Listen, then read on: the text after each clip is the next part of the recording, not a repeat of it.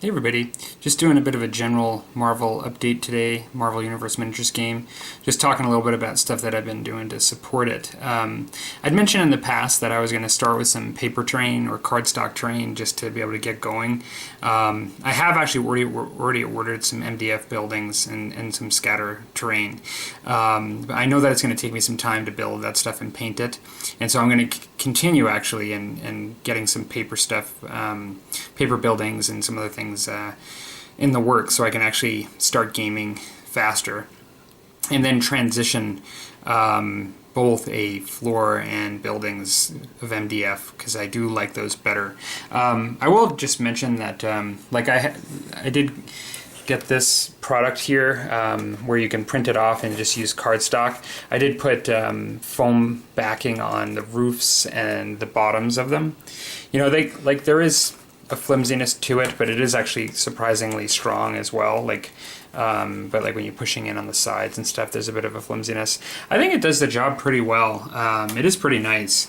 This is actually the cardstock that the buildings are printed on, and I am going to be doing a board it's going to be actually not a full 48-inch board. It's going to be, you only need a 36 technically for this game. Although I might get mats or do stuff in the future at 48, just because it's convenient. I think I'm going to do this one a little bigger than 36. I think when I measured this out, it's like 41 or 42 to do 5 of these by 5 of these. These are like 8 and 2/8, I believe, is the or a 1/4 inch, 8 1/4 inch, both wide and long. And so yeah, I'm just going to print a whole bunch of these off and create a street grid. I'm going to take a piece of plywood and basically just prime it, and then put like basically a fixed pattern on it that'll allow for buildings and a network of streets. I think that'll be good just to get started. But yeah, so this stuff actually, it seems like it might take nothing just to do it, but between printing it off correctly and then, if you're new with it, I mean, assembling it, like I probably to razor cut with a razor each one of these panels and then to assemble it and glue it, it probably took me at least an hour a piece on each one of them. Now granted, you know, it can take 45 minutes to an hour to assemble a building that's MDF, and then you could have many hours of painting potentially. So it is a time saver, but it's not something, if you're going to do it this way, if you're not just pulling it out of a box already printed and just together, if you're gluing it yourself and cutting it out yourself, it's going to take you an hour. And so you might have for 5 buildings 5 hours worth of work, which I'm not sure everyone that's new to that is actually signing up for that or realizes that there's actually some work involved just for this stuff. But in the end, it actually creates quite a decent piece just to be able to use to make a table up. I talked in another video that I just loaded that I was kind of thinking even of using this just as blacktop at one point, just to be able to play a quick and dirty game. But I'm going to go with this first, and then I think after that I will go with the either a mat or something, or plastic tiles in the future. But prior to replacing this flooring that I'm going to make, I'll replace the buildings with MDF buildings. I do have, other than the base, I did actually finish Wolverine, so I could kind of just do a quick show and tell. I'm quite happy with the way he came out. He was a bit more challenging with some of his extra pieces of yellow on the sides and just some of the aspects of the sculpt. I found him a little more challenging than some of the other ones that I did. But I'm happy with doing this studio costume. I still think he came out pretty good. Let's see here. I'm not doing a very good job. I'm doing the one-handed video here today. I don't have my tripod here, but I think it does the job.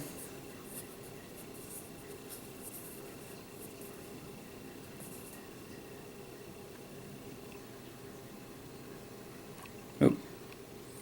So that's that.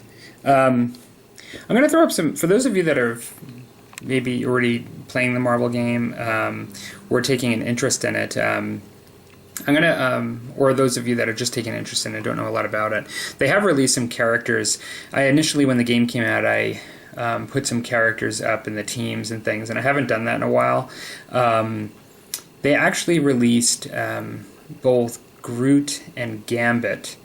I'm not going to go into most of the cards today, but just so you know, like Groot was being he's on the Cosmic team, and he's now available to use with the Galactic Guardians team. And then Gambit would be X-Men, and he's got a gray symbol, so he can actually be good or evil. And I did actually show a miniature of Gambit. You know, the release after them was Nightcrawler, Hawkeye, and Vision. Now, Nightcrawler was X-Men, you know, and people were really anticipating his release, and so I think people are quite excited about that. Vision is for the Avengers. He's quite a powerful character, and so it's going to be really interesting to use him in game, to see how he fits within a pretty high-powered team already. And then Hawkeye is quite interesting because he's got lots of different types of arrows and range attacks, and so it's going to be really interesting to see how he works out.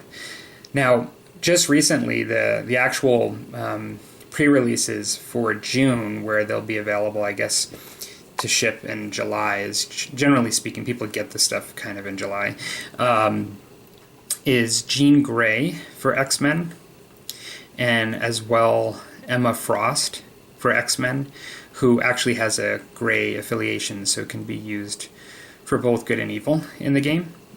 But the most exciting thing that happened this week for me is that they actually released the rules card and re-released the Hulk. Now, I know, Richard from Tattoo For You, you'll be excited about that, because now you have a level 17 character already, if you're looking to start into Marvel Miniatures at one point.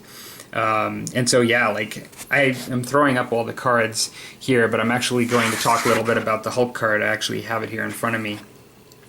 In addition, and I've printed off in addition to on screen. And so the Hulk now is the highest level character to be released in the game at level 17, is affiliated only with Avengers and is good. Like, it's not showing him as gray. But it's interesting, like, he has a huge endurance bar, and so it's going to take, I've counted it, I believe it's close to 21 points of damage to actually take him out. And in true form, the Hulk actually gets more and more powerful as his endurance goes down into the red.